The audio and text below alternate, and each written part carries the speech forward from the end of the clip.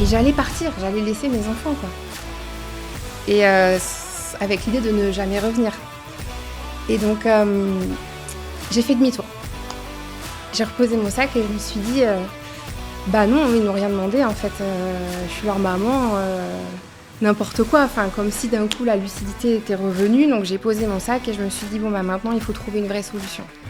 Et je me suis dit, allez, tu mets ces 300 premiers euros dans le prototype Oli la chouette.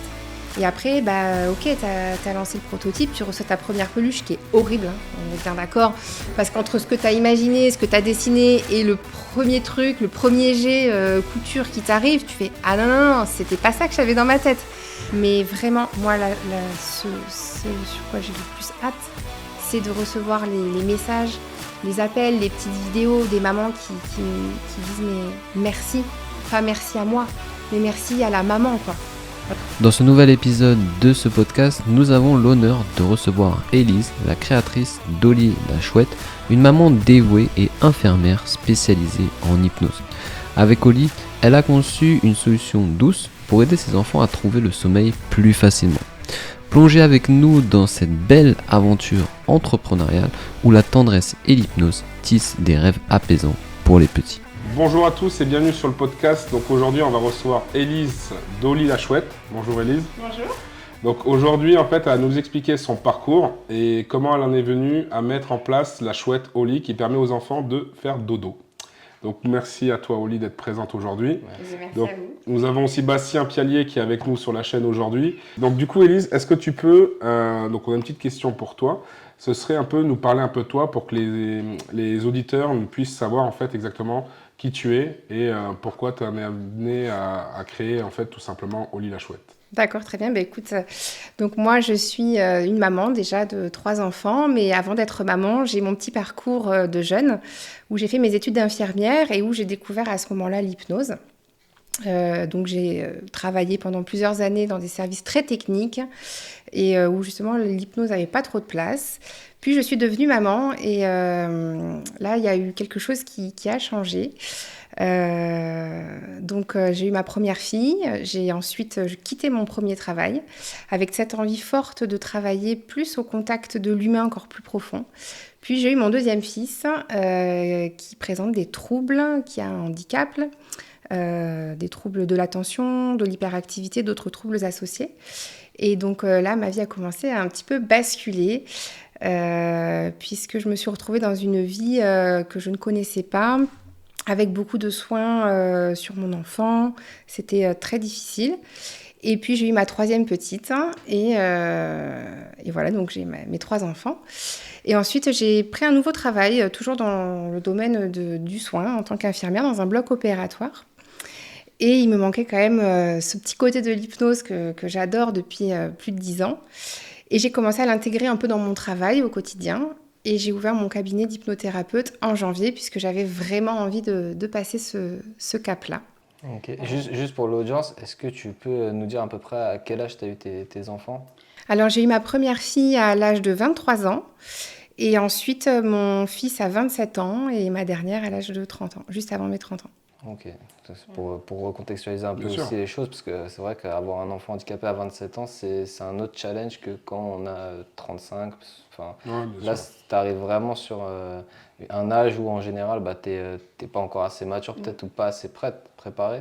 Je crois qu'on n'est jamais vraiment préparé à avoir un enfant qui est un peu différent, d'autant que bon, moi, c'est pas un handicap physique visible, hein, c'est ce qui me vaut beaucoup de difficultés, puisque les gens ont tendance aussi parfois à confondre l'éducation et le handicap. Mon fils est très bien éduqué, et il faut aussi se battre quotidiennement pour prouver que notre enfant, il est comme tout le monde, mais il est aussi un peu différent. Donc ça, c'est très très lourd, très difficile. C'est un sujet sur lequel on pourrait rester des heures. Et effectivement, à 27 ans, se retrouver avec donc 2 enfants, dont un qui présente ces troubles, eh bien, c'est pas facile. Surtout que moi, j'ai mon mari qui travaille de nuit, donc je me suis très vite retrouvée seule la nuit, le jour, pendant les vacances, avec mes enfants. Donc effectivement, c'est loin d'être simple. C'est un grand challenge, Ouais. c'est sûr. C'est sûr. Et du coup, tu as quand même continué à garder ton métier d'infirmière pendant cette période. À partir de quel âge à peu près tu as repris ton métier après? J'ai fait une pause dans ma carrière professionnelle de 5 ans, puisque à l'arrivée de mon fils, j'avais à cœur de prendre du temps pour m'en occuper, de l'allaiter, de lui apporter tout ce qui me semblait être le mieux pour lui. Et puis au moment où j'allais reprendre mon travail, j'ai appris que j'avais cette troisième grossesse en cours, donc on a fait le choix de poursuivre ce congé parental qui a duré 5 ans. Et donc j'ai repris mon travail il y a un peu plus de 2 ans. Ok. Du coup, maintenant, tu t'es spécialisé plus dans l'hypnose. Alors l'hypnose, c'est quelque chose qui m'a toujours intéressée. Je l'ai découvert pendant mes études d'infirmière, en ayant cette volonté forte de devenir psychanalyste. Et donc j'avais mon professeur qui m'a dit, ma petite, avant de vouloir psychanalyser les autres, il va falloir que tu vives, que tu vois ce que c'est la vie, parce que j'avais 20 ans. À 20 ans, on pense connaître la vie, mais les épreuves, si on savait ce qui nous attend, on profiterait bien plus. Et donc, j'ai fait ma petite carrière. Voilà, j'ai rencontré un tas de gens. J'ai été confrontée à des histoires de vie incroyables. Des histoires de vie qu'on n'imagine même pas. D'être face à la douleur des gens, d'être la personne ressource. Et j'ai eu la chance d'avoir cet outil de l'hypnose, justement, pour aider des gens qui étaient dans des détresses. Parce qu'ils venaient d'apprendre une maladie, parce qu'ils venaient d'apprendre qu'il leur restait que quelques mois ou semaines à vivre, parce qu'ils avaient des soins extrêmement douloureux à subir. Et donc, heureusement que j'avais cet outil-là tout au long de ma carrière. Et donc, j'avais quand même cette volonté, depuis le début de ma carrière, de me tourner un jour vers l'hypnose. Et en termes de hypnose, pour moi, c'est un peu flou. Je ne sais pas si Flo il connaît bien l'hypnose. Moi, je ne connais pas du tout ce monde. Et du coup, même potentiellement que l'audience non plus. Ouais. Est-ce que tu peux nous expliquer un petit peu quelles sont ces techniques d'hypnose, à quoi ça correspond et surtout quels seraient les bienfaits ou est-ce que ça peut permettre de résoudre des problèmes, une maladie ou autre peut-être? Alors c'est vrai que l'hypnose, c'est un mot qu'il faut vraiment démystifier parce qu'on a tendance à y mettre tout et rien derrière. On aura tous une référence, par exemple, des personnes qui l'utilisent pour le spectacle, donc ça peut faire plutôt peur, comme d'autres, ça peut attiser leur curiosité. Donc ce qu'il faut bien replacer, c'est déjà définir l'hypnose. L'hypnose, c'est plusieurs choses. C'est un état. Déjà, l'hypnose, c'est un état naturel qu'on a tous, et vous allez voir l'exemple qu'on donne le plus couramment, c'est quand on est au volant de notre voiture et qu'on conduit machinalement et d'un coup on se dit « Ah mince, j'ai raté la sortie » ou « Ah je suis déjà arrivée ». Mais en fait, votre état de conscience, il est modifié. C'est-à-dire que vous êtes toujours dans la réalité, vous êtes toujours conscient de ce que vous faites, vous conduisez, et pourtant, il y a votre inconscient qui est venu un peu au premier plan, vous êtes parti dans vos pensées.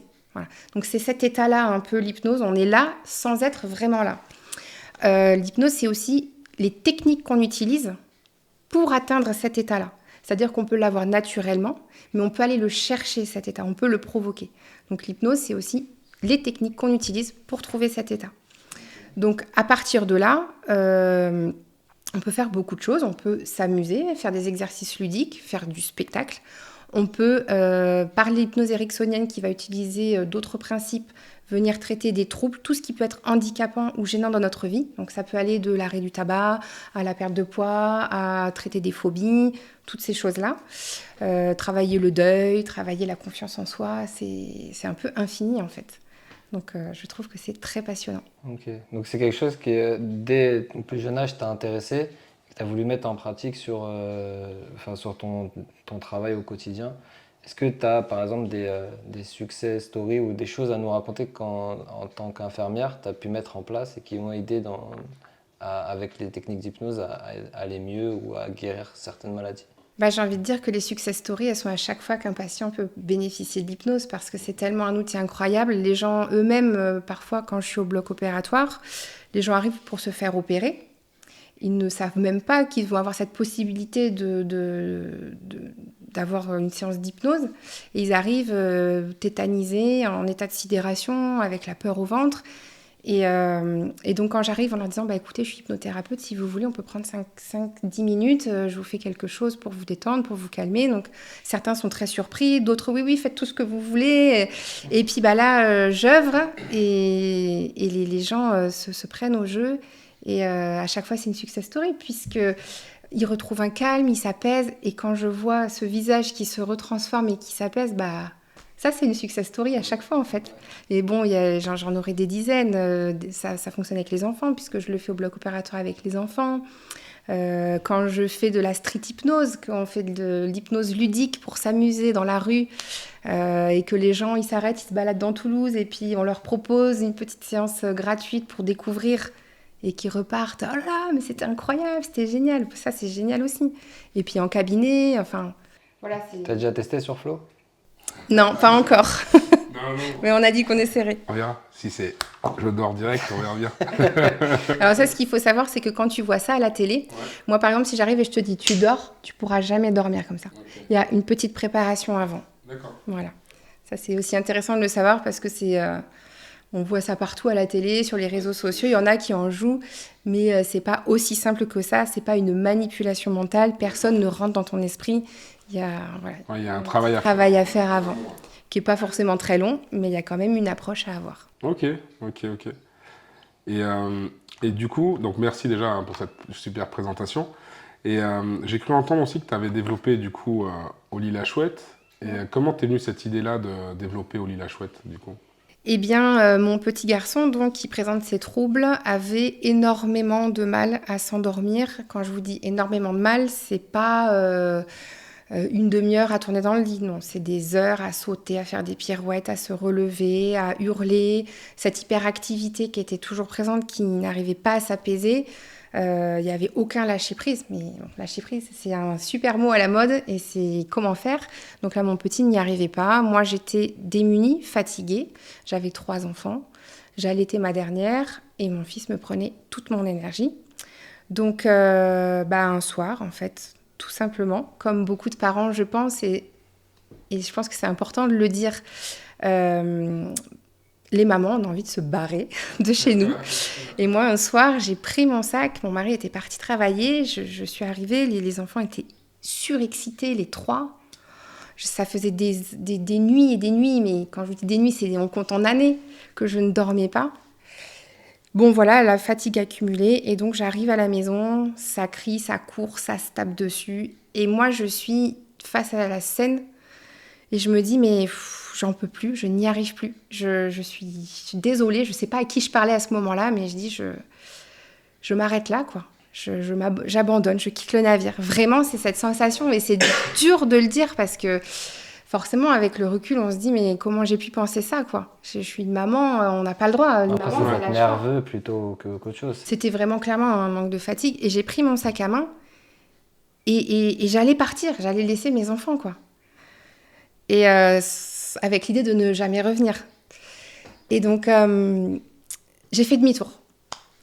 J'ai reposé mon sac et je me suis dit, non, ils n'ont rien demandé, en fait. Je suis leur maman, n'importe quoi. Enfin, comme si d'un coup, la lucidité était revenue. Donc, j'ai posé mon sac et je me suis dit, maintenant, il faut trouver une vraie solution.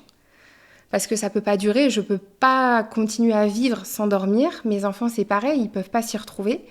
Ce manque de sommeil de la part de mes enfants et de ma part, ça déséquilibrait toute la famille. Enfin, c'était pas possible. Donc, j'ai pris mes enfants, je les ai mis dans le lit et j'ai pris la même voix que j'utilise pendant mes séances d'hypnose, qui n'est pas la même voix que quand je parle dans ma vie de tous les jours. Et j'ai commencé à raconter une histoire. Mais alors, vous dire d'où je suis allée chercher ça, c'est clairement l'imaginaire, c'est clairement l'inconscient, justement, qui a parlé. Et je ne sais pas pourquoi, j'ai inventé, j'ai dit, c'est l'histoire de Oli, la chouette. Enfin, ça venait au fur et à mesure. Et alors, cette petite chouette, elle ne sait pas dormir. Et vraiment, je surfais sur la vague, je voyais que ça les... Voilà, ils étaient interpellés. Moi, ça y est, je reprenais un peu confiance en mon rôle de maman. Je racontais une histoire qui plaisait à mes enfants. Le calme revenait un peu naturellement. Je ne savais plus faire ça, en fait. Et donc... j'ai raconté l'histoire, j'ai utilisé un petit peu des techniques que j'utilise en hypnose. En reprenant confiance, j'ai rajouté. Et à un moment, je reprends possession de la scène et je vois que les 3 se sont endormis. Et là, je me dis, mais waouh, qu'est-ce qui s'est passé?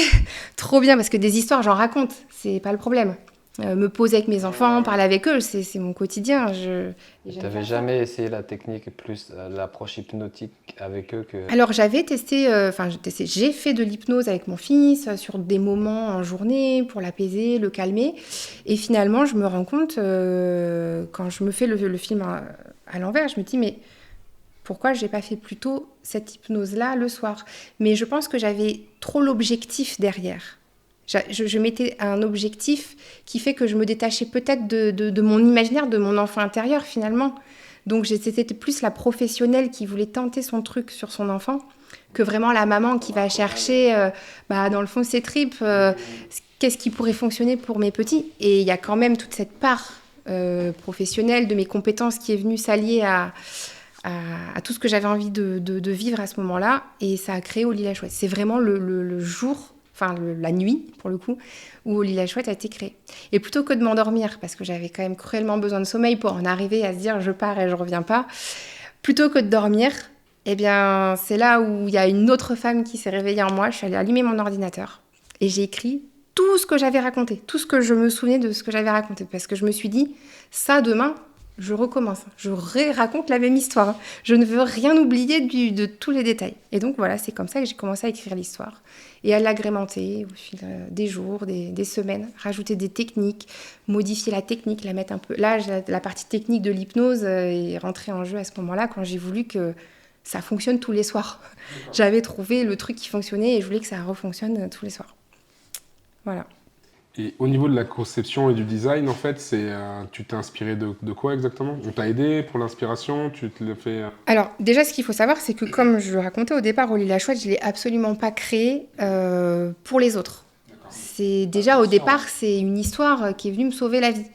Il n'y avait pas de visuel derrière. Moi, je la visualisais, ma petite Au lit la chouette, dans mon imaginaire, comme eux devaient se l'imaginer à leur façon, avec leurs propres références.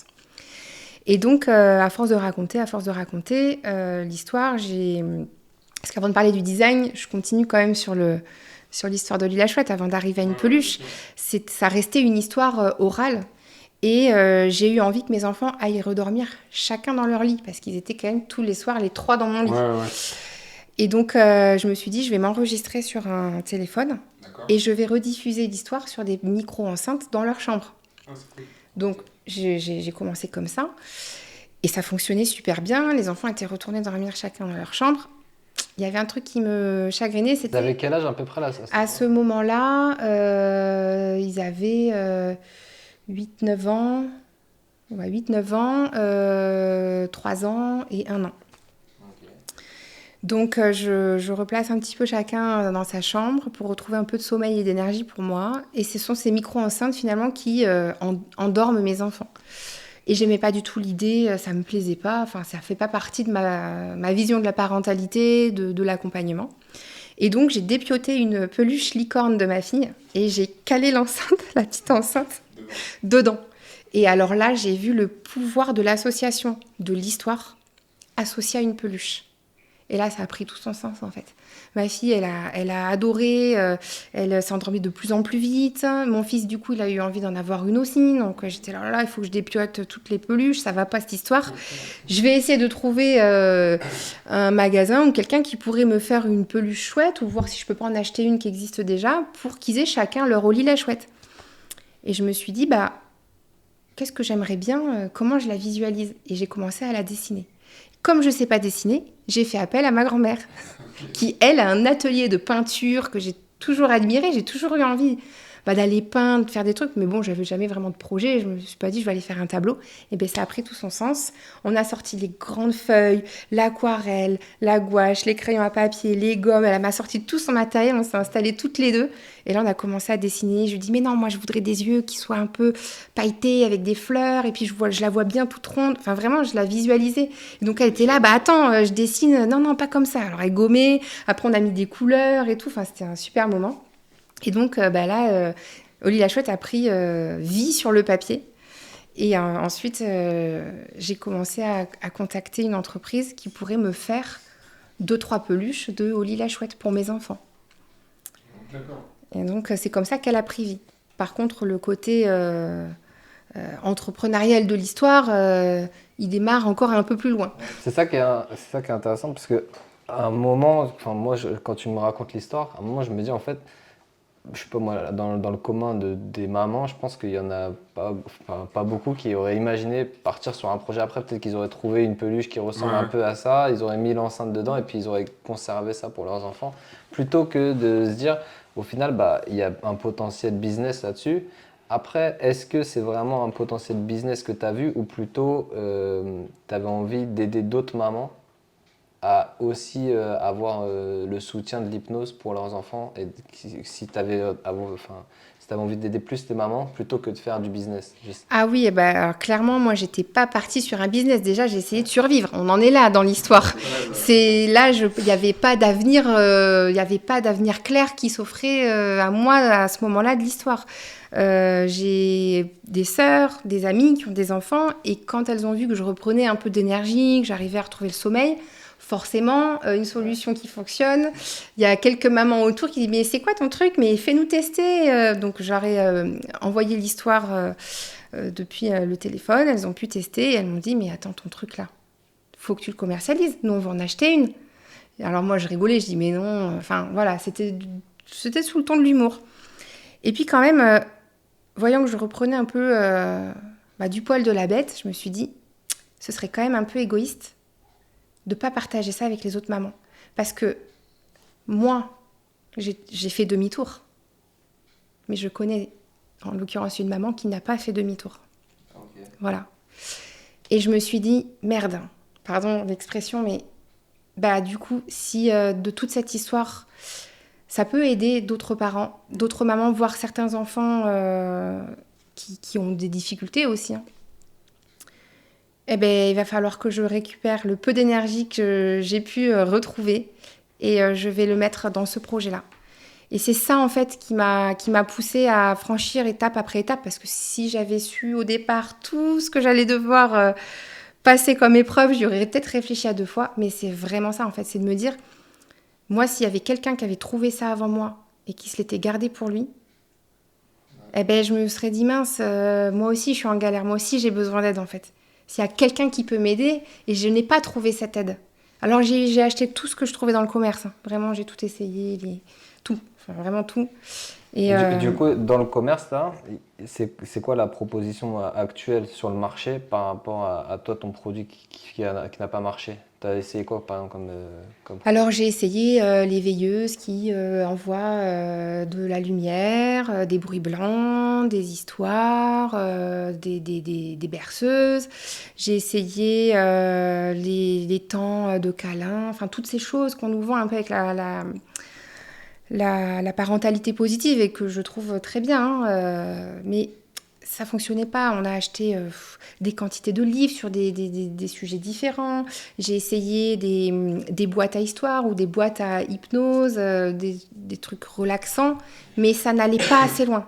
C'était relaxant 1 fois sur 3, c'était très bien, ça fonctionnait bien quand ça fonctionnait, mais ça ne m'apportait pas de solution efficace et durable. Ou alors ça allait fonctionner pendant 3 semaines parce que c'était la nouveauté, c'était génial. Et puis une fois que l'enfant il passe à autre chose, il passe à autre chose. Et puis on reconsomme et on rachète. Et en fait on s'en sort pas, on dépense de l'argent, on accumule les trucs dans la chambre de l'enfant. Et finalement on se retrouve quand même dans une solitude extrême à se dire mais merde, mon enfant il est pas comme les autres. Alors qu'en fait tous nos enfants sont pareils. On est dans une société où l'enfant a de plus en plus de mal à lâcher prise parce que nous-mêmes on a de plus en plus de mal à lâcher prise. On se rajoute beaucoup de difficultés, beaucoup de pression et les enfants ils le ressentent. Et ça, il faut qu'ils arrivent à s'en délaisser, il faut qu'ils restent à leur place d'enfant. Donc je n'ai pas trouvé à ce moment-là dans ma vie de solution qui répondait à ma problématique. Parce que j'ai mes 2 autres filles qui avaient aussi des troubles du sommeil. Ma grande est somnambule et la petite faisait des terreurs nocturnes. Okay. Donc la nuit... Donc, tu as créé ta solution, en fait. Et en fait, sans le savoir, ce soir-là, j'ai créé ma propre solution et je me suis dit, si elle a fonctionné pour moi, elle fonctionnera forcément pour les autres. Et donc, c'est comme ça que je me suis dit, allez, je prends l'énergie que j'ai récupérée et je vois jusqu'où ça me mène. Je vais appeler des entreprises, je vais voir combien ça me coûterait, qu'est-ce qu'ils pensent du projet, est-ce que ça pourrait avoir une place sur le marché ou pas. Et j'ai commencé comme ça à étudier un petit peu le potentiel au lit la chouette. Et c'était tout vu. Et à ce moment-là, t'étais dans quelle phase de ta vie? T'étais en post-maternité ou t'avais déjà repris ton activité pro? Je crois que j'avais pas encore repris. Si, parce que je me revois rentrer du travail et être épuisée et à vouloir faire demi-tour. Donc j'avais repris le travail et c'est ça qui était compliqué, c'est que avec mon travail d'infirmière, j'ai les horaires décalés. Donc quand je commençais tôt le matin et que j'avais pas fermé l'œil, mais pas une minute de la nuit, parce que si c'était pas l'un, c'était l'autre, si c'était pas l'autre, c'était encore l'autre, et que t'arrives, il est 6h du matin, et en fait ton réveil, ça fait déjà 10 minutes qu'il sonne, et que tu te dis, j'ai encore pas dormi, je vais y aller, et que ça tout cumulé, à un moment, tu ne peux pas physiologiquement, c'est impossible. Donc oui, je travaillais déjà au moment où j'ai pris la décision de voir ce que pourrait donner Oli la Chouette en la commercialisant. Et donc du coup, là, tu t'as commencé à parler de la conception, tu as appelé les premières personnes qui pouvaient t'aider. Comment ça s'est passé, justement, le processus de conception avec ta grand-mère? Donc, c'est déjà le premier point de départ, ouais, c'est ça. Donc ça, c'était pour la partie design, voilà. Donc j'étais déjà avec mon dessin, toute fière et tout. Après, je me suis dit, super, j'ai le visuel de Oli la Chouette qui est sorti. Maintenant, il faudrait que je retravaille un peu sur sur l'histoire, parce que là, j'avais enregistré ça sur mon téléphone, c'était pas très propre, il y avait des fonds de bruit. Je me suis dit, je vais faire quelque chose d'un peu plus sympa. Donc j'ai la chance d'avoir ma meilleure amie qui a son chéri qui travaille dans la musique et tout, qui a lui-même un très bon ami qui a un studio d'enregistrement. Et donc ça a commencé comme ça, le côté un peu plus pro de l'histoire, où je suis allée en studio et j'ai commencé à enregistrer Oli la Chouette, et je me suis dit, ah ouais, en fait, il se passe des trucs, c'est trop génial ce projet. Et puis là, j'ai découvert tout un univers où je travaillais autrement, en fait. Je travaillais sans que ça me rapporte d'argent, mais ça me rapportait du plaisir. Ouais. Ça me rapportait de la réalisation de moi-même. Je me retrouvais dans des univers que finalement, je connaissais pas et que j'étais bien contente de découvrir. Donc, il y a eu cette partie enregistrement. Et après, ça a été beaucoup de phoning, quoi, avec des entreprises, trouver une entreprise qui pouvait me faire un prototype. Et donc là, j'ai commencé à investir mes premiers euros. Et c'est là où ça fait mal. Parce que là, on parle de 300 €. Mais 300 € quand tu es dans ta vie de tous les jours, avec tes enfants, tu te dis, merde, est-ce que je me lance dans ce projet, que je mets mes 300 € ou est-ce que je les garde pour partir avec mes enfants en week-end on en aurait bien besoin. Et je me suis dit, allez, tu mets ces 300 premiers € dans le prototype Oli la Chouette. Et après, ok, t'as lancé le prototype, tu reçois ta première peluche qui est horrible, hein, on est bien d'accord, parce qu'entre ce que t'as imaginé, ce que t'as dessiné et le premier truc, le premier jet couture qui t'arrive, tu fais « Ah non, c'était pas ça que j'avais dans ma tête ». Donc là, tu te dis « Merde, j'ai mis 300 balles dans une peluche qui me correspond pas du tout, je suis dégoûtée ». Et tu te dis « Maintenant que j'ai mis 300 €, je veux les récupérer ». Après, t'as le côté un peu business qui rentre en jeu. Ça t'a développé des nouveaux skills, en fait. Voilà, c'est ça. Tu rentres dans ton propre jeu. Tu dis, j'ai mis ces 300 premiers € qui étaient quelque chose d'important à ce moment-là pour moi. Et donc, j'ai dit, non, on va retravailler le prototype. Moi, je veux ça. Et là, j'ai eu l'impression d'être un peu chiante. Moi qui suis plutôt à tout dire oui à tout le monde, à être plutôt celle qui arrange. Là, j'ai découvert aussi une partie de moi où, non, je sais ce que je veux. Et je sais où je veux aller, donc c'est très prenant. Et tu travailles en lien avec des gens géniaux. Et après, il a fallu travailler la petite enceinte pour intégrer dans Oli la Chouette. Donc, encore trouver une autre entreprise, encore remettre 300 €. C'était même plus de 300 € pour refaire un prototype de l'enceinte. Et là, tu crées, tu dis, je veux ci, je veux ça. Ça avance sur la peluche. Allez, hop, on retravaille sur l'enceinte. Et puis, la mayonnaise, elle prend. Et là, tu te retrouves avec un truc où tu te dis, mais je fais ça pourquoi, au fait c'est quoi l'objectif derrière ? Ah oui, ok, c'est d'aller la distribuer au plus grand nombre, donc on continue, on y va. Et après, c'est des étapes, d'autres étapes, des difficultés, des hauts, des bas, et puis là, t'es pris dans l'histoire et en avant. Hein. Voilà. C'était quoi le plus gros challenge là, entre la conception de la peluche, l'enceinte, le design? Ah, mais tout est challenge. Déjà, je te dis, le premier challenge, c'était... Vas-y, je suis devant mon compte en banque, il faut que je clique pour envoyer cet argent. Franchement, je crois que ça a été le pas le plus dur. C'était le truc de dire, je m'investis financièrement. Parce que l'argent, chez nous, c'est c'est quelque chose, quoi. Ouais, enfin, surtout si tu as 3 enfants C'est derrière, ça. tu C'est te ça. dis, bah, il y a quand C'est ça. même, il faut les nourrir, le quotidien, il faut Ouais. l'assumer. C'est vrai que des fois, les gens, ils se rendent pas Pas compte. compte. Ouais, quand tu as 3 enfants, c'est différent. Mais t'as 3 enfants, en plus t'as le salaire avec ton emploi, c'est pas non plus des millions d'euros, toi, t'es infirmière, tu bosses toute ta nuit, t'as la paye qu'à la fin du mois, t'as les enfants, il faut les faire manger tout le mois, tu vois. T'as envie de te faire un peu plaisir. C'est ça. Aussi, Et après, tu veux te faire plaisir, et là tu te dis, je lance dans un projet, comme tu as dit, 300 euros, je lance dans un projet, tu sais pas si ça va forcément marcher ou pas, mais tu t'es dit, j'ai trouvé une solution qui apaise mes enfants, ça peut peut-être apaiser d'autres personnes, autant se lancer, certes, je vais aider les gens, mais tu as aussi lancé un business, donc tu es rentré dans ce monde-là où en plus d'être infirmière et maman, tu es devenue maintenant aussi entrepreneuse. Et oui, mais à ce moment-là, tu vois, je savais pas que j'étais entrepreneuse. Pour moi, c'était, vas-y, alors c'est pas que j'avais 1 heure à perdre, hein, loin de là, mais c'était des coups de, allez, je travaille pendant 10 minutes, allez là, je consacre un quart d'heure. Mais tu te vois pas, tu sais pas où ça va t'amener, tu sais pas le temps que tu vas consacrer derrière et puis les épreuves qui vont suivre. Parce qu'après, j'avais trouvé les 2 entreprises, mais les 2 entreprises m'ont lâchée. La première entreprise, c'était l'enceinte. Pour la conception, Ouais, pour la conception de l'enceinte, ils ont fermé. J'étais là, mais attendez, vous avez fermé, mais vous pouvez pas fermer une fois que moi j'aurais passé ma commande et que... Non, donc retrouver une entreprise, recommencer le projet avec une autre entreprise, redoubler d'énergie parce qu'il faut tout réexpliquer, il faut tout refaire. Enfin, c'est tout un truc. Heureusement, à chaque fois, je suis tombée sur des gens géniaux et après, je devais lancer la production en juillet et l'entreprise, fin juin, le 30 juin, le jour de l'anniversaire de ma fille, me dit... On va pas pouvoir... ça faisait quand même 18 mois qu'on travaillait ensemble. Et je leur en veux pas parce que vraiment, le gars avec qui je travaillais, génial, il a été d'une honnêteté que je remercie aujourd'hui. Parce que le gars aurait pu ne pas être honnête, prendre le billet, lancer la production et me proposer un projet qui n'était pas à la hauteur de ce que j'imaginais. Donc il a eu cette honnêteté et vraiment, je remercie grandement de me dire notre entreprise ne pourra pas apporter la qualité que vous voulez. Sauf que c'était même pas au dernier moment. C'est que normalement, la production, elle aurait déjà dû être lancée quelques semaines avant, quoi. Et là, je me suis dit, mon Dieu, j'ai déjà fait des précommandes. J'ai des clients derrière qui attendent, hein, parce qu'au lieu de la chouette, ils l'ont payé. Ils l'attendent. Là, maintenant, il faut qu'elle sorte. C'est-à-dire que le projet, là, je peux pas me dire, ah bah mince, coup dur, j'arrête. On abandonne le projet. Il y a des gens qui, j'en reparlerai après, mais qui avaient déjà investi de l'argent sur mon projet. D'accord. Donc, il fallait que je trouve une solution. Et là, c'était des heures au téléphone. J'avais que quelques jours pour trouver une solution pour que cette production, elle parte. Et donc, là, ça a été une course folle. J'ai appelé en permanence, j'ai fait des listings d'entreprises. Quand j'étais au boulot, au lieu de prendre une pause, j'allais dans les vestiaires. Je passais des coups de téléphone en 5 minutes entre 2 patients. Il y a eu des jours où même j'ai pas pris ma pause repas. J'ai appelé, allez, je me suis dit, là, j'ai 30 minutes, t'appelles 4 entreprises, tu donnes ton projet et bam, bam, bam. En 1 semaine, j'avais trouvé l'entreprise.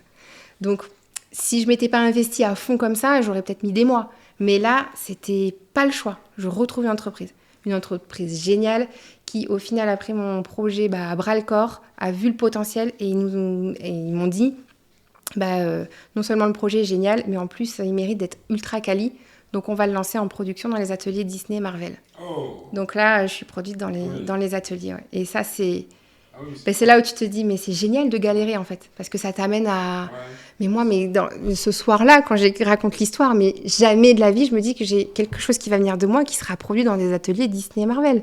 C'est gage de qualité, Et je me dis, ah ouais, quand même, ça claque. Ah ouais. Donc ouais, c'est des galères qui t'amènent à des réussites, à des fiertés. Et, Ouais, des galères, il y en a. Ouais, c'est sûr. Parce qu'après, il y a le virement de 300, mais il y a le gros virement qu'il faut faire. Et lui aussi, il fait mal quand tu mets toutes tes économies, là. Ouais. Mais potentiellement, que le fait d'avoir des précommandes, justement, ça t'a permis de ne pas laisser tomber au moment le plus crucial, en fait, de ça. Souvent, il y a plein de projets qui se lancent et puis les gens, ils abandonnent, ils vont pas au bout des choses, soit par manque de temps, soit par manque de ce truc de se dire, ouais, ça peut marcher. Et quand tu as eu ces premières précommandes, c'est quoi le sentiment que tu as eu ? Alors déjà, j'ai fait une campagne de préfinancement sur une plateforme, Ulule, où j'ai dû construire déjà de la vidéo, des trucs, enfin c'est pas du tout mon monde. Et je me suis dit, mais je suis ridicule. Qui va aller acheter une peluche à un certain prix quand même ? Et avec de l'hypnose, parce que comme on disait tout à l'heure, l'hypnose, ça restait encore quelque chose d'assez mystérieux pour son enfant. Donc je me suis dit, bon, mon projet, je sais qu'il est top, je sais qu'il va aider des centaines, des millions de personnes, je l'espère bien, mais encore faut-il présenter ce projet. Et donc, eh bien, je suis allée faire un salon à Montpellier où j'ai concouru pour un trophée de jeune entrepreneur. Et je suis allée, c'était la première fois que j'allais parler de mon projet. J'avais un stand où on était tous les lauréats et les gens venaient nous vous rencontrer. Qu'est-ce que vous faites? Qu'est-ce que vous proposez? Il y avait un jury, il y avait tous les visiteurs du salon. Et là, mon pitch a commencé, je l'ai travaillé. Je me suis dit, ah non, c'est pas comme ça qu'il faut le dire. Les gens, ils captent pas. Pour moi, c'est clair. Et voilà, petit à petit, ça a pris. Il y a des gens qui ont participé à cette campagne que je ne connaissais pas, qui sont venus découvrir le produit. Il y a évidemment la famille qui est le premier cercle, les amis qui ont fait des dons pour soutenir, qui ont commandé, qui ont lancé la machine. Et après, c'est des inconnus par les réseaux sociaux, par le bouche à oreille, par des rencontres. Et puis, de fil en aiguille, j'en ai vendu quand même pour plus de 7 000 €. Et ce qui m'a permis d'avoir un petit pécule de départ pour lancer la production. Et aussi ce truc derrière de dire, ces gens, ils ont investi, donc tu dois aller jusqu'au bout. Bien sûr. Et ça, c'est très puissant. Donc c'est comme du crowdfunding, c'est quoi C'est exactement ça. Ok. Donc tu as fait comme un appel Un appel d'offres, ouais. en gros. Ouais. Où j'ai tout expliqué, Oli la Chouette, ce que c'est, à quel besoin ça répond, quelle problématique m'a amené à créer ce produit, pour que les gens puissent aussi comprendre la démarche qu'il y avait derrière, quoi. T'es allé plus loin que de dire je veux juste vendre une peluche, t'es allé derrière avec les solutions que t'allais apporter, le quotidien que t'allais améliorer des mamans, Ah mais clairement. Que les enfants allaient mieux dormir, voilà. Moi, mon objectif pour Oli la Chouette, c'est pas de faire de l'argent. Alors si ça peut me rapporter, tant mieux, bien sûr. C'est quand même du temps, de l'investissement. Et puis ce serait quand même une belle récompense et une belle réussite, bien sûr. Mais vraiment, moi, ce sur quoi j'ai le plus hâte, c'est de recevoir les messages, les appels, les petites vidéos des mamans qui disent mais merci, pas merci à moi, mais merci à la maman, quoi. Alors, il y a la fraternité, la sororité, et on pourrait même inventer un nouveau mot, la mérorité, ou j'en sais rien, mais un truc de mère à mère, quoi. Merci d'avoir tenu le coup, d'avoir créé ça, et j'en retire aussi quelque chose de positif de tout ça, quoi.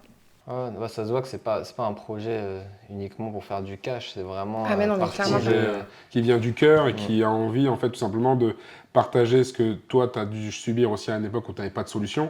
Tu as appris tout ce qui existait dans le commerce, mais malheureusement, tu n'as rien pu trouver qui pouvait tout simplement atténuer la souffrance de tes enfants. Tu as trouvé quelque chose qui a pu permettre de tout simplement le faire, donc ta peluche que tu as développée. Et ce qui est bien, c'est, voilà, comme disait Bastien, c'est de vouloir la proposer au plus grand nombre, pas forcément pour faire du cash, mais surtout pour trouver une solution à ces mamans-là qui sont également en souffrance et qui subissent, et pour éviter que ça fasse comme ton ami qui a abandonné et qui est parti, mais que les mamans restent et qu'il puisse avoir, entre guillemets, un allié de poids qui leur permettrait justement de tenir le coup. Ah mais c'est clairement ça, c'est clairement l'idée. Et en plus, c'est vrai que j'ai toujours voulu orienter ma carrière autour de la femme et de l'enfant. Et là, c'était tellement un moyen de réunir toutes mes passions, mon rôle de maman, l'hypnose, le côté enfantin. Il y a mon enfant intérieur, il est trop content parce que va dessiner une peluche, travailler autour de quelque chose qui va être à la destinée des enfants. C'est génial, même toute la communication qui est autour. Je me régale à mettre des étoiles dorées partout. Enfin, j'ai vraiment ce côté-là de moi qui peut vivre, et grâce à Oli la Chouette. Donc c'est vraiment top, ouais. Ok, et dans tout ça, donc tu as fait la levée de fonds sur la plateforme de crowdfunding jusqu'à la commercialisation. Et entre-temps, tu as parlé tout à l'heure de salon. Est-ce que tu peux nous expliquer un peu comment ça s'est passé Ouais. Alors là, c'était un salon, c'était la foire de Montpellier, avec l'année dernière la création d'une partie Naître et Grandir. Donc au départ, j'avais appelé pour payer mon emplacement pour être sur le salon Naître et Grandir. Sur ce salon, tu avais déjà vendu les premières Oli la Chouette, ou tu étais encore dans le crowdfunding, ou tu avais déjà... Non, le salon a démarré le jour où la campagne a démarré. La cagnotte est sortie. Ouais, j'ai mis la date de lancement au jour où j'allais au salon en me disant comme ça au moins ça fait un lancement, quoi. Et en fait, quand j'ai appelé pour m'inscrire, la personne au téléphone m'a dit mais attendez, votre projet là, on va pas le mettre sur le salon, on va le mettre au concours, vous allez venir concourir donc c'est eux qui m'ont fait la proposition. Ah, c'est cool. Et je me suis dit ah bon, vous pensez, moi j'étais pas en... Enfin voilà, je connaissais la valeur de mon produit, mais de là aller concourir et avoir l'idée d'aller remporter un prix quelconque, je n'avais pas cette prétention-là. Et donc, je suis allée concourir et j'ai fini 2e. Donc, c'était super inattendu pour moi parce que je ne partais pas du tout avec cette prétention. Et là, à ce salon, enfin, de ce que je comprends, c'est la première fois où tu avais vraiment un retour client de personnes qui ne te connaissaient pas. C'est ça, exactement. Et ça a été quoi les premiers les premiers avis que les gens t'ont donné sur ce salon? Alors, les gens, déjà, ils avaient la possibilité d'écouter l'histoire et de toucher la peluche. Ça, c'est quand même quelque chose qui était intéressant parce qu'aujourd'hui, avec les réseaux sociaux, on n'a plus ce côté visuel. Donc là, en fait, à ma grande surprise, c'était beaucoup de personnes plutôt de catégorie grands-parents. Qui se sont arrêtés, qui ont dit « Mais moi, si j'avais eu ça pour mes enfants... » ça aurait été génial, il faut que j'en parle à ma fille, moi je vais vous la commander, voilà. Et c'est là aussi où j'ai vu le potentiel pour au-delà des enfants. Parce qu'il y a des gens qui m'ont dit, mais moi je vais me l'acheter pour moi. Ouais, en fait, clairement, la mécanique est la même, donc ça peut vraiment fonctionner. Des parents aussi qui viennent, qui connaissaient pas trop l'hypnose, donc ils ont pu écouter, ah mais oui, mais en fait c'est tout doux, donc là j'ai pu voir en fait ce qui pouvait être un frein pour les gens dans le fait d'acheter Oli la Chouette, et ce qui au contraire était très attractif pour eux. Donc ça me permet d'élaborer aussi ma présentation, d'ajuster les termes, de parler en termes peut-être moins techniques, voilà. Donc les premiers retours, ils ont été ultra intéressants parce que ça m'a permis aussi de construire ma façon de m'exprimer autour d'Oli la Chouette. L'offre que tu présentes aux gens, souvent, nous par exemple dans notre métier, souvent on va trop technique parce qu'on est dedans, en fait, on a le nez dedans et en fait on se rend pas compte que les gens ils comprennent rien. En fait on fait une déballe commerciale et les gens ils comprennent rien du tout. Tu leur dis un terme, ils sont là, ils sont complètement perdus, alors qu'au final si on leur expliquait facilement ils comprendraient. Mais c'est sûr que c'est toujours comme ça en fait. Là, on est la tête dans le guidon, on se dit que tout le monde va comprendre notre histoire, alors qu'au final, par exemple, moi, comme je t'ai dit au début, l'hypnose, je connais l'hypnose à la télé, ou j'ai déjà entendu qu'il y avait des techniques d'hypnose, par exemple pour les gens qui veulent arrêter de fumer du tabac ou des choses comme ça. Mais c'est vrai que j'avais jamais pensé, peut-être que pour le quotidien ça pouvait avoir, ou pour des problèmes médicaux. Et c'est en parlant avec toi que je me rends compte qu'en fait, il y a d'autres possibilités qu'on ne nous montre pas forcément à la télé, parce que peut-être ça ne fait pas d'audimat ou peut-être que c'est moins intéressant pour le public. Oui, et puis ça, c'est quand même un créneau qui potentiellement pourrait prendre la place sur une certaine partie de la médecine. Et ça plaît pas forcément. Ça peut faire de l'ombre à des cabinets, Pour moi, c'est pas à la place, c'est complémentaire, voilà. Mais bon, ça fait son chemin quand même. Là, depuis une dizaine d'années, l'hypnose quand même prend une place. Après, les gens ils se dirigent de plus en plus vers des techniques plus soft que tout de suite prendre un médicament, des choses. C'est clair. Moi, je vois des patients, ils viennent pour de la dépression ou pour des douleurs chroniques, et au bout de quelques séances, ils n'ont plus besoin des traitements Donc avec toujours une juste mesure. Quand je dis ça, attention, je ne retire aucun traitement de ma propre volonté, surtout quand il s'agit d'antidépresseurs ou autres. Mais avec leur thérapeute, leur psychiatre, ça peut venir petit à petit. Voilà. Donc pour en revenir à Oli la Chouette, effectivement, les premiers retours sur le salon ont été énormes. Et puis l'engouement des gens, en fait, m'a donné confiance. Ok, je suis à la bonne place. Ok, c'est justifié là ce que je suis en train de faire. Il y a vraiment des gens qui ont une réelle attente et qui trouvent dans mon projet une solution. Donc c'est vecteur de positif. Et je comprends que tu as eu des répercussions assez positives, non? À la suite de je crois que tu as fait des stations de radio, tu as fait de la télévision, je crois, il me semble, par rapport au fait que tu aies gagné aussi ce concours-là, où tu es fini 2e, ce qui est déjà pas mal, surtout que tu n'étais pas prévu au départ. Ouais. Et que du coup, en fait, je crois que tu es apparu sur M6, France Bleu aussi. C'est ça, pendant que j'avais la campagne de financement qui a été lancée, pour faire connaître mon produit, il fallait que j'en parle. Et donc, j'ai commencé par faire un article dans la Dépêche. Et de là, M6 m'a contacté le lendemain en me demandant de faire un reportage sur cette campagne de financement, sur mon projet. Et là, je me suis dit, mais c'est M6 qui m'appelle. Le soir même, ils étaient chez moi dans mon salon avec les caméras, à me filmer, à me poser des questions. Et je me suis dit, mais attendez, là le truc a pris un un tournant c'était ma première télé, c'était M6. D'accord. Voilà. Pas mal. Ouais. Pour un début, c'est Bah ouais, c'est quand même pas c'est mal. parce Et puis qu'il y en a après, plein qui essayent, qui arrivent jamais, tu vois. c'est donc ça. très, très Et là, bien. c'est eux qui sont venus à moi. Ouais. Donc je me suis dit, quand même, faut y croire, quoi. Bien sûr. Il faut y Enfin, croire. c'est vrai, c'est pour ça qu'il faut jamais abandonner avec l'entrepreneuriat. Tu peux avoir des hauts et des bas, mais quand tu commences à matcher, que ton projet commence à avoir le jour et qu'il y a des gens qui y croient et que des gens te font confiance et ils veulent te mettre en lumière et tout ça, il faut prendre. Et l'avantage, c'est vrai que si c'est M6 qui t'appelle, qui te disent « Ok, il n'y a pas de problème, on vient chez vous, on vous filme, vous allez nous présenter un peu votre produit », c'est top. Ah ouais. T'as gagné ce que beaucoup de gens mettent des années à avoir, tu vois, ce qui est plutôt bien. D'avoir une certaine reconnaissance. Et ouais, c'est top. Et j'ai une autre émission aussi qui m'a contactée via LinkedIn, c'est Qui veut être mon associé. Alors moi, il faut savoir que je suis quelqu'un qui ne regarde absolument pas la télé, mais alors vraiment pas. Et donc je me suis dit, mais c'est fou, toutes ces émissions et tout qui viennent à moi. Donc là, pour le coup, pour l'émission, mon projet n'était pas encore assez abouti pour pouvoir la faire, mais probablement l'année prochaine, on verra. Et après, voilà, j'ai fait des radios, j'ai fait des articles de journaux, j'ai fait des télés, des directs, on a fait des podcasts avec d'autres chaînes de radio, avec aussi mon employeur, enfin le groupe Elsan, pour lequel je travaille en tant qu'infirmière, ils m'ont contacté pour faire des podcasts aussi pour leur groupe, ouais, autour de Lila Chouette et autour de l'hypnose. Enfin, il s'est passé pas mal de choses pendant cette campagne de financement pour faire parler de Lila Chouette. Et vraiment, c'était une aventure super. J'ai encore plein de contacts là que j'attends de rappeler pour quand la peluche va arriver.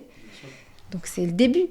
C'est vrai, c'est vrai. Et toi, ton but là, vraiment, c'est de commercialiser ça à grande échelle, d'avoir des distributeurs par exemple, ou là, pour l'instant, tu restes niché sur toi, ton site e-commerce ou ta distribution dans des salons, où tu vois aussi dans le futur une commercialisation à plus grande échelle? Alors, je suis allée avec Oli la Chouette et ma meilleure amie à Nature et Découverte, en disant à Toulouse, on se baladait. Je dis, voilà, j'ai créé ça. Est-ce que vous pensez que ce serait un produit qui pourrait plaire à votre enseigne ? Ah oui, carrément. Envoyez un mail et tout. Et là, on m'a recontactée. Et donc, à partir de novembre, elle sera sur le marketplace de Nature et Découverte. D'accord. Ouais. Donc, c'est pareil. Ça fait partie des choses que j'aurais jamais pensé. Créer un produit qui se retrouverait chez Nature et Découverte. C'est incroyable pour moi. Ouais, tu dois ressentir une certaine fierté de savoir que les gens croient en ton projet au final et que des grosses enseignes comme eux aient envie de le commercialiser et le voir dans leur vitrine. J'arrive pas vraiment à réaliser en fait. C'est un petit pas après un autre qui t'amène et puis t'es un peu embarqué dans ce tourbillon et tu te dis si Nature et Découverte, alors pourquoi pas un tel, pourquoi pas un tel. Et j'ai aussi une boutique d'indépendants, ça a commencé comme ça, qui m'a contactée, qui a participé à ma campagne de financement. Et ils ont eu un rôle important parce qu'ils m'ont investi une belle somme et ils ont commandé les premières Oli la Chouette qui vont être revendues. Donc ça démarre comme ça, c'est génial, ouais. Donc, ok, du coup, par rapport à ça, parce que ça m'intéresse un peu ce que tu es en train de dire, parce qu'on est en train de parler de développer sur des marketplaces et tout ça. Est-ce que tu as créé parce que moi je suis web designer et j'aimerais savoir si sur quelle plateforme tu as créé ton site web, en fait, par rapport à Oli la Chouette.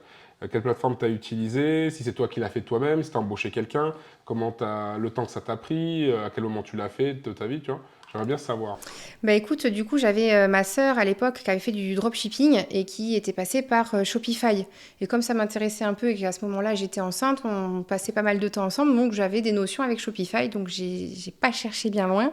J'ai utilisé Shopify que je maîtrisais déjà un peu et donc j'ai créé mon site comme ça. Mais alors, c'est clairement pas mon domaine. Là, si tu regardes mon site, tu vas voir tout ce qu'il y a qui va pas et surtout les circonstances dans lesquelles je l'ai fait. J'avais la campagne de Ulule, donc de financement qui s'arrêtait et il me fallait un endroit où les gens pouvaient continuer à acheter Oli la Chouette avec toute la com que j'avais fait, ça aurait été trop dommage de ne pas avoir un endroit où ils pouvaient l'acheter. Et donc je me suis fait hospitaliser en urgence, j'ai eu un souci de santé où je ne savais pas ce qui m'arrivait, on est resté 5 jours sans qu'on sache ce que j'avais et j'avais ces 5 jours de disponibles pour faire mon site internet. Donc j'étais dans ma chambre d'hôpital en train de mourir avec mon ordi. J'ai eu la lucidité d'amener mon ordinateur et j'ai créé mon site internet dans ma chambre d'hôpital en me disant de toute façon si je meurs ça va pas servir à grand chose mais au moins j'aurais pris plaisir à aller jusqu'au bout de ce que je peux faire pour ce projet. Ouais, et donc voilà je l'ai créé comme ça toute seule. Ok. Donc si tu as des conseils, hein, d'ailleurs, je T'inquiète. veux bien. On en parlera en off, on mettra ça en page, t'inquiète Ouais. pas, on verra ça sans aucun problème. Et du coup, sur l'outil Shopify, c'est quoi l'avantage pour toi de passer par cette plateforme, par exemple? Eh bien, alors, je connais pas trop les autres plateformes, hein, si je suis vraiment honnête, mais je sais qu'avec Shopify, je peux gérer mon stock. J'ai une visibilité sur ce que je vends. Il y a la possibilité de le connecter. Enfin, je savais un peu comment connecter un peu tout ça. J'avais des petites notions, donc c'était assez facile pour moi. En fait, c'est ça, c'est un point important parce que, en fait, d'aujourd'hui, tu as quand même créé un projet, un produit, tu as fait le design, tu es allé faire la commercialisation et derrière, tu es même dans la com parce que tu travaillais sur la communication en allant dans différents médias et tu as aussi développé ton site web. Nous, ce qu'on propose en règle générale, les gens ne le voient pas comme ça parce qu'on propose des accompagnements sur tout un lancement de projet. Et c'est vrai que les gens ne se rendent pas compte de tous les éléments qu'il y a à faire. Énorme. Ouais, et nous, on essaie justement de les accompagner pour éviter qu'ils aient les problématiques qu'on peut rencontrer quand on commence. Par exemple, la création d'un site, Bien on sûr. n'a pas forcément tous les outils. Et en fait, même si on arrive à se débrouiller tout seul, on arrive à faire les premiers pas et faire la conversation grâce à ces outils comme Shopify. C'est accessible. Si on a une connexion Internet, un ordinateur et qu'on a la motivation et l'envie, quelques tutos, on a tous un pote qui connaît un pote et qui peut éventuellement nous débloquer une situation. Et ça reste quand même très facilité. C'est-à-dire que moi, j'ai aucune notion en informatique. J'ai aucune notion en tout ça. Et j'ai réussi, alors il vaut ce qu'il vaut, mais à faire mon petit site internet où je peux vendre mon produit. Après, évidemment, il pourrait être amélioré, on pourrait faire un site de dingue. Mais moi, du besoin que j'en avais au moment où je l'ai Oui, fait, sur l'instant ça T. répondait. Après, de toute façon, si ton produit il répond à un problème, peu importe le C'est site, ça. si les gens ils veulent l'acheter, ils vont l'acheter sur n'importe quel site en fait. Après, bien sûr, tu peux rajouter des Optimiser. éléments, optimiser, rajouter des upsells, faire des bundles, des trucs. Ouais, tout, bah tu c'est vois, ça. là, tu me En parles fait, en chinois. non, le problème, en fait, c'est ça. Moi, je trouve le problème, c'est que, par exemple, les formateurs qu'on a pu rencontrer ou les gens en général, ils disent toujours oui, il faut faire ça, faut faire ça, faut faire ça. Et en fait, ils oublient, on va dire, la base, c'est le produit. Tu vois, ils te Ouais. parlent souvent de tout ce qu'il y a autour, genre ouais, il faudrait mettre ça, il faudrait mettre ça, il faudrait mettre ça. Mais en fait, le produit en lui-même, il est le plus Il est important noyé que dans ça. tout ça, ouais. Ouais, mais c'est le plus important en fait. Si ton produit est bon, quoi qu'il arrive, tu vas vendre. Après, bien sûr, tu peux optimiser, mais il faut se concentrer d'abord sur le produit, euh, proposer quelque chose qui répond à un problème et à partir de ce moment-là, tu vas vendre, quoi qu'il arrive. Et après, bien sûr, tu optimises tes paniers, tu optimises, on va dire, ta communication, etc. Mais de toute manière, là aujourd'hui, tu as lancé le projet, tu as réussi à faire tout, on va dire, toutes les étapes toute seule. Et c'est vraiment. C'est énorme. c'est- Parce qu'il y en a plein qui ne feraient pas la moitié de ce que tu as fait, même le quart. Et tu as vraiment fait tout bout à bout, sachant qu'il faut prendre en compte que tout ce que tu fais là, et là tu rentres dans l'entrepreneuriat, tu as tout fait en étant quand même maman de 3 enfants, avec un enfant, comme tu nous as expliqué, qui a un handicap. Donc moi, je trouve ça vraiment énorme, tu vois, d'arriver à ce stade-là où tu es arrivé. Donc là, le truc, comme je te dis, c'est félicitations, tu vois, c'est vraiment Bah, merci, c'est top, gentil. tu vois, ce que tu as fait. Et du coup, ça me fait rebondir sur une question. Si jamais tu aurais une maman qui sera à peu près comme toi, qui a envie de faire quelque chose, qui est également dans ce cas de figure-là, où elle est aussi dans un boulot à côté, quel serait le type de conseil que tu lui donnerais pour pas qu'elle abandonne, par exemple, ou qu'elle se lance, justement?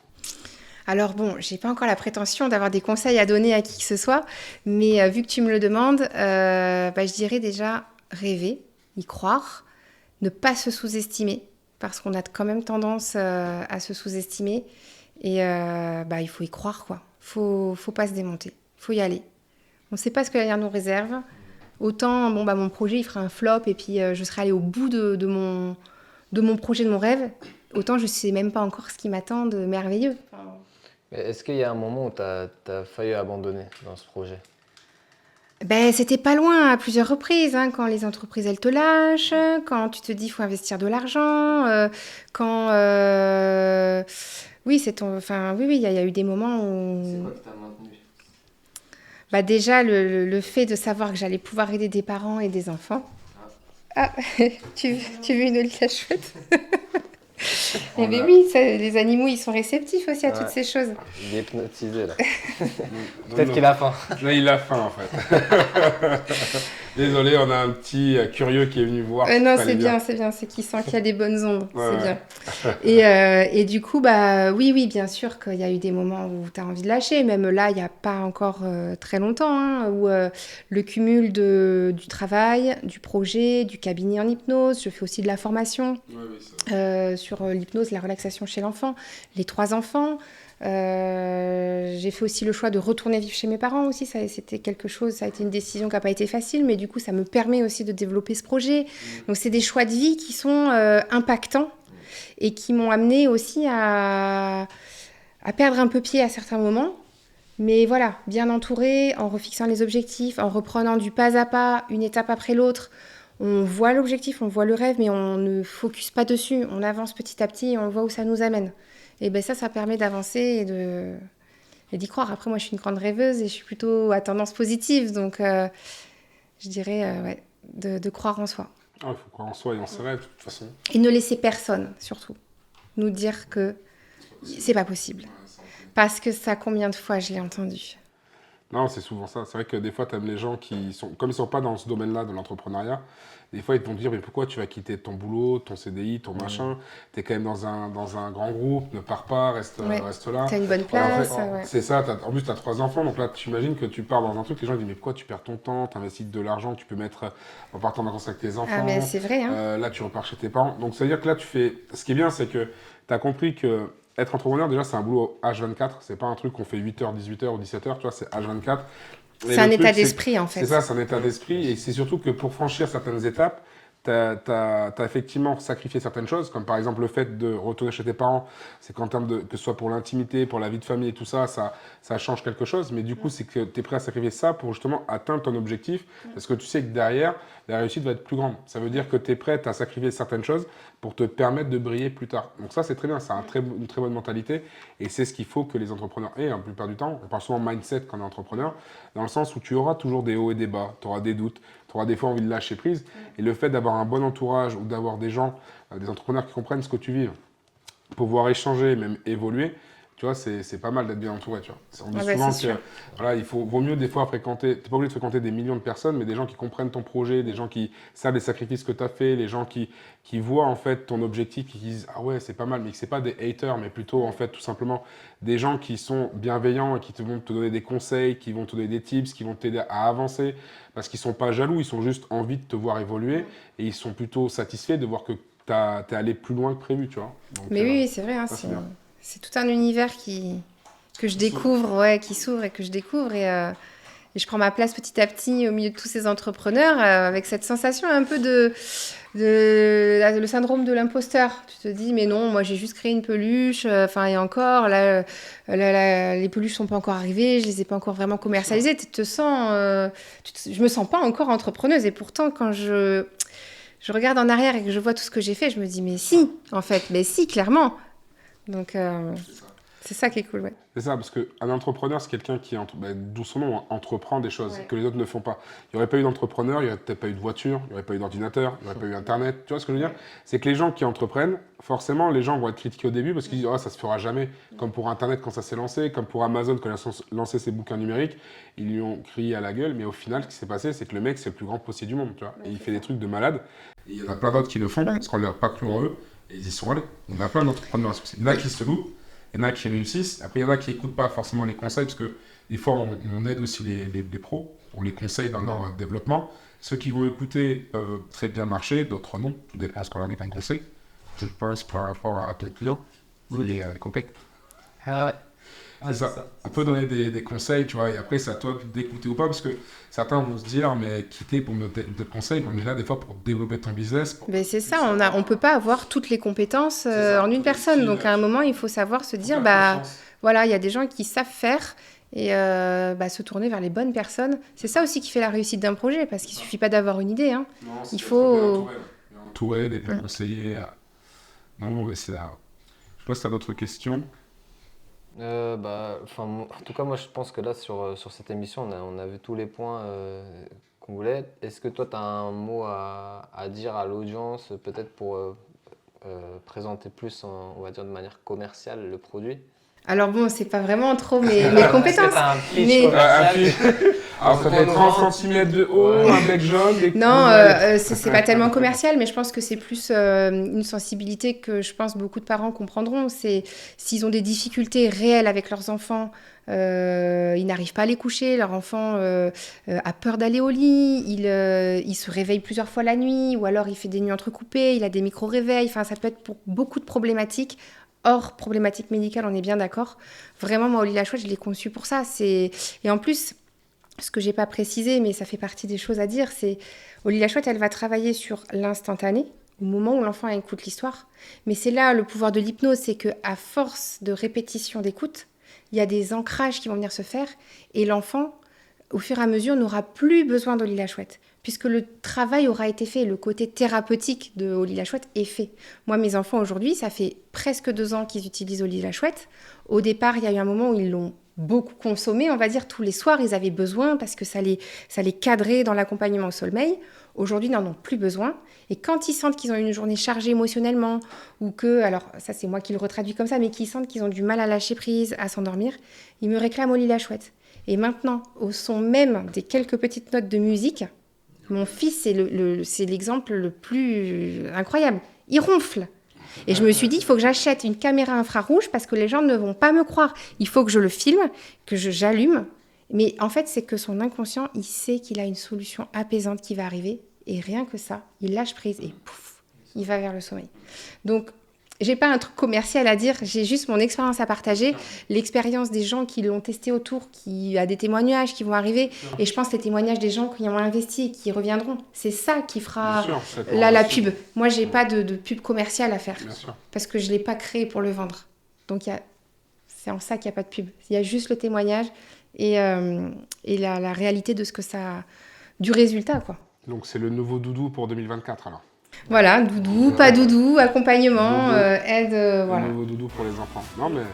Donc, merci à toi de nous avoir présenté ton Oli la Chouette, qui est très sympathique. Merci aussi d'avoir partagé ton histoire. Bah, avec plaisir. On a vu qu'effectivement, très enrichissant, pardon. Et où il y a beaucoup d'informations qui vont être utiles sur, je pense, aux mamans. Ouais. Et du coup, après, je passe à d'autres questions. Non, bah écoute, on en souhaite le meilleur et puis on reste en contact. Trop bien. C'est ça. De toute façon, on mettra en descriptif la chaîne, c'est la gamme de chaîne YouTube sur Oli la Chouette. Et il y a également, on mettra en descriptif le site internet, voilà, pour que vous puissiez le commander directement. À savoir que cette chouette, honnêtement, je pense que ça doit être un très bon investissement pour votre enfant, parce que ça vous permettra d'apaiser vos nuits. Voilà. Bon, merci à toi. En tout cas, merci à vous. Ça fait un plaisir de te recevoir. Partagez. Merci à toi. Merci. À bientôt à toi.